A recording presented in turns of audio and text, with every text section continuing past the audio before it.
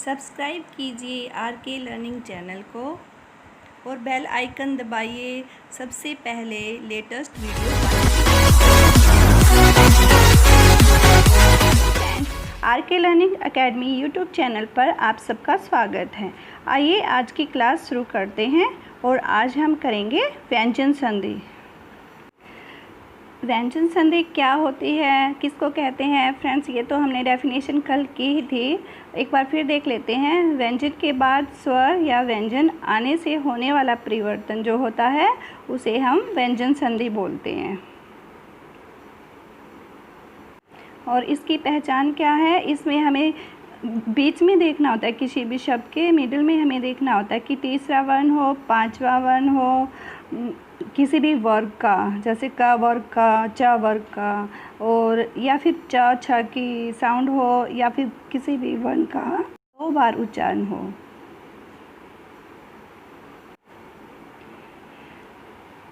Friends, कल की class में हमने व्यंजन संधि के मेन तो पार्ट किए थे कि जो वर्ग हैं हमारे, जैसे क वर्ग, च वर्ग, प वर्ग, इस तरह से इन वर्गों का जो पहला वर्ण है उसका तीसरा और पांचवा कैसे बनता है, ये सब हमने सीखा था। और संधि की, व्यंजन संधि की पहचान क्या होती है वो जानी थी। आइए बाकी के रूल्स आज कंप्लीट कर लेते हैं। तो चलिए देखते हैं छ का रूल क्या है।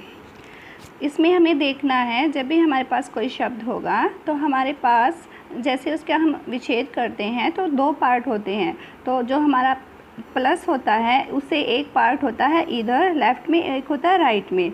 हमें लेफ़्ट में जो पार्ट होता है, मतलब फर्स्ट में जो शब्द है उसके अंत में हमें देखना है कि ह्रस्व स्वर है या फिर आ है।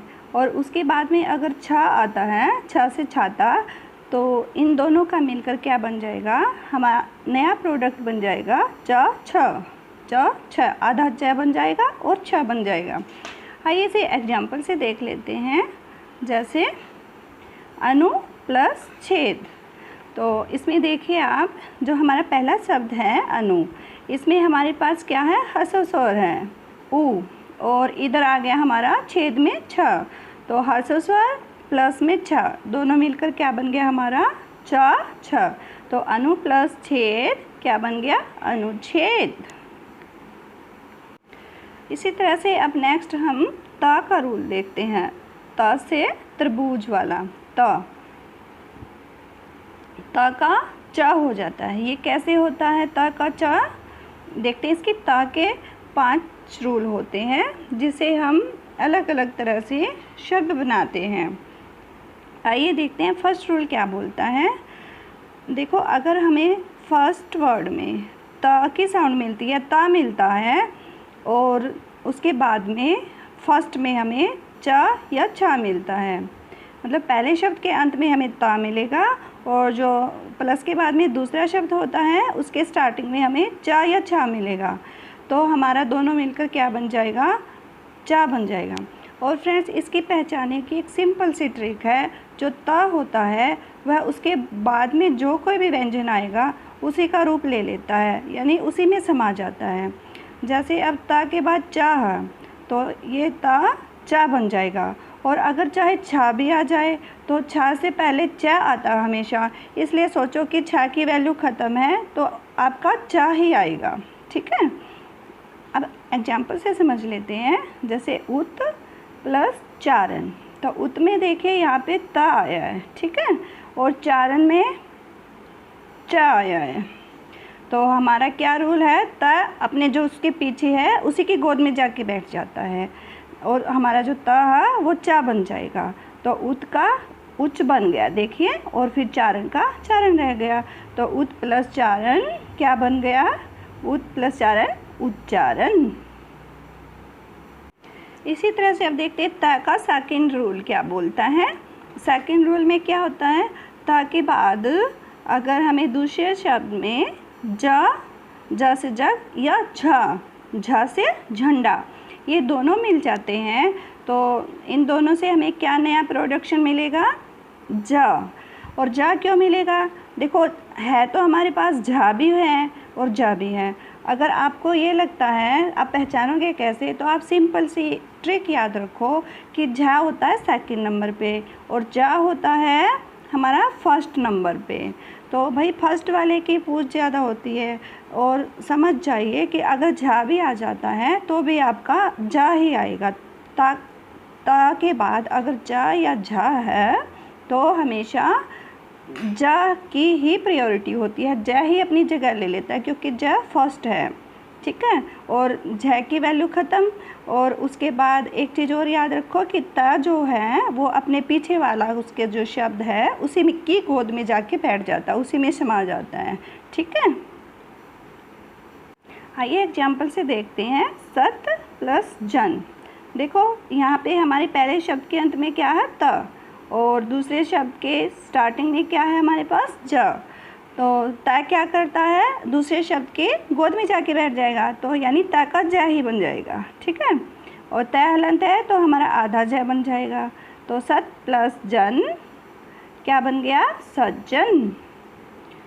इसी तरह से थर्ड रूल देखते हैं। क्या कहता है, त के बाद अगर ला है, ला से लड़की या लड़का, ठीक है, त के बाद अगर ला आ जाता है किसी शब्द में तो वहाँ पर दोनों मिलकर क्या बन जाएगा, ला बन जाएगा। इसमें तो सिंपल है फ्रेंड कि मतलब त पीछे अपने पीछे वाले शब्द का ही स्वरूप ग्रहण कर लेता है, उसी की गोद में बैठ जाता है, उसी में समा जाता है। बस यही याद रखना आपका, और त का कोई डिफ़िकल्ट रूल नहीं है, ठीक है। अब एग्जाम्पल से देखिए। तत् प्लस लीन। तो तत् का जो त है वो हमारे लीन वाले ल के पास चला जाता है, ठीक है। और ये तत् प्लस लीन क्या बन गया, तल्लीन। और फ्रेंड्स फोर्थ रूल में देखो क्या बनता है। ता के बाद अगर ट या ड ये आ जाते हैं, यानी कि किसी भी शब्द जो पहला शब्द है हमारे पास विच्छेद में, उस शब्द के अंत में हमारे पास ता हो और जो उसके बाद दूसरा शब्द आता है उसके स्टार्टिंग में हमें ट या ड ये मिलते हैं, तो हमारा क्या बन जाता है बताइए आप। त तो उसी का रूप ले लेता है। अगर ता के बाद में ट आता है, ये देखिए आप, अगर त के बाद में ट आता है तो वो बन जाएगा ट, ठीक है, क्योंकि वो उसी का रूप ले लेता है। और अगर ता के बाद में ड आता है तो वो बन जाता है ड।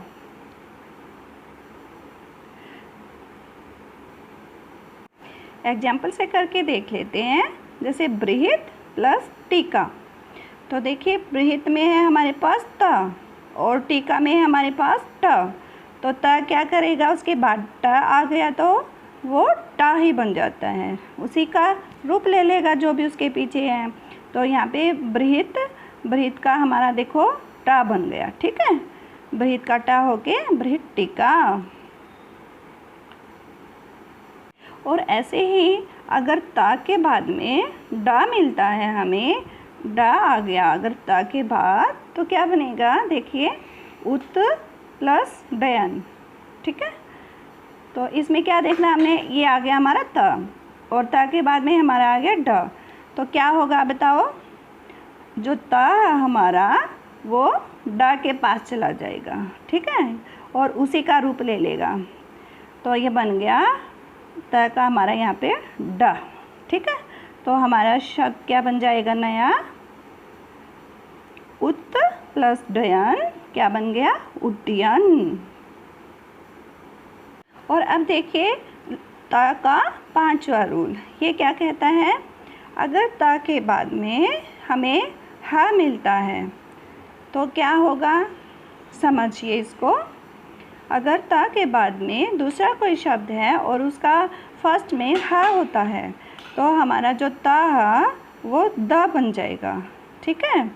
और जो हमारा है वो धा से धनुष, बड़ा धा, ठीक है, वो धा बन जाएगा।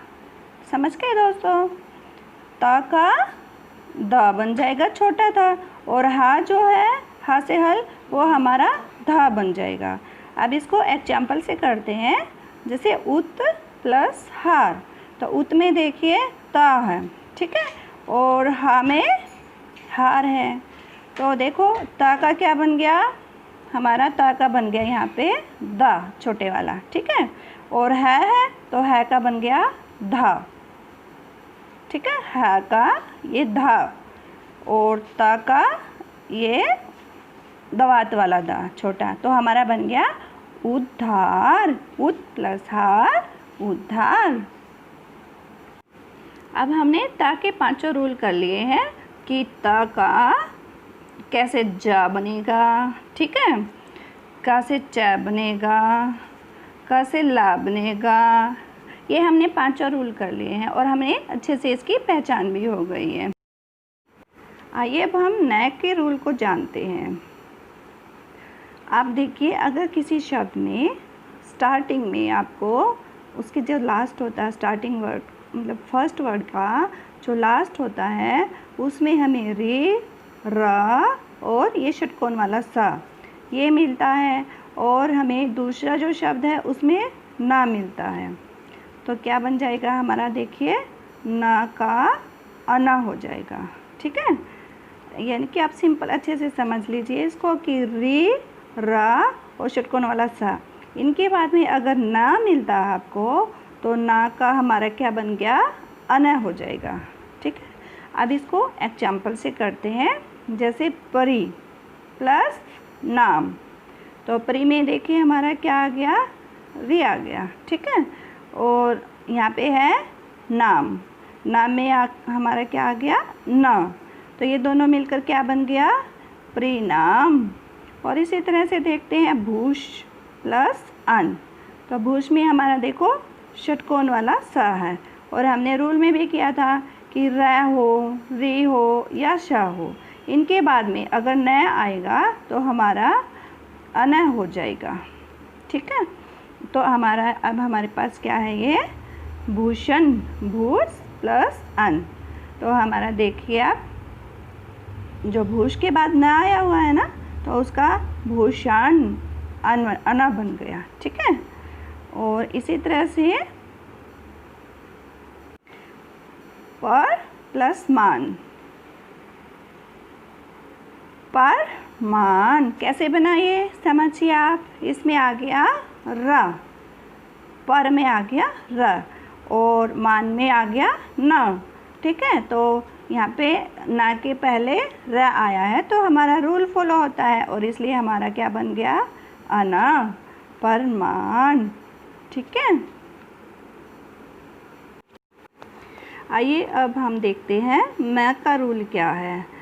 का से माँ तक किसी भी व्यंजन वर्ग से मिलने पर उसी वर्ग का पंचम अक्षर यानी अनुस्वार में बदल जाता है, कौन, माँ, ठीक है। हम एग्जाम्पल से देख लेते हैं। जैसे कि परम प्लस तू, देखिए परम में क्या है, मैं आया है, ठीक है, और यहाँ पे है ये दूसरा व्यंजन वर्ग का वर्ण है, ठीक है। तो प्रम और प्लस तू मिलकर क्या बन गया, अनुस्वार बन गया हमारा यहाँ पर परंतु, ठीक है। प्रम प्लस तू परंतु, हम पहचान लेंगे आना आया है, इसमें साउंड अनुस्वार की है, तो यहाँ पर आप देख लीजिए कि मैं का रूल फॉलो हो रहा है। और इसी तरह से सम प्लस गति, इसमें भी ये देखिए मह, और यहाँ पर का वर्ग का गाह व्यंजन है, वर्ग से ही है ये भी, और तो माँ का क्या बन जाएगा, हमारे पास अनुस्वार बन गया यहाँ पर संगति, ठीक है। हम इनको प्रैक्टिस करके बिल्कुल अच्छे से कर सकते हैं, कोई ज़्यादा मुश्किल नहीं है। आप देखने में सोच रहे होंगे कि इतने रूल्स हैं कैसे होंगे, ऐसा कुछ नहीं है फ्रेंड्स। आप बस एक बार रूल पढ़ना और 2-4 वर्ड्स की प्रैक्टिस करना, आपको एकदम परफेक्टली सब कुछ हो जाएगा, ठीक है। जैसे सम प्लस गति, हमारा माँ है यहाँ पे, माँ का क्या बन जाएगा, और पीछे हमारा देखो क्या है, व्यंजन है, ठीक है, का वर्ग का व्यंजन है, तो किसी भी वर्ग का माँ तक होना चाहिए हमारे पास।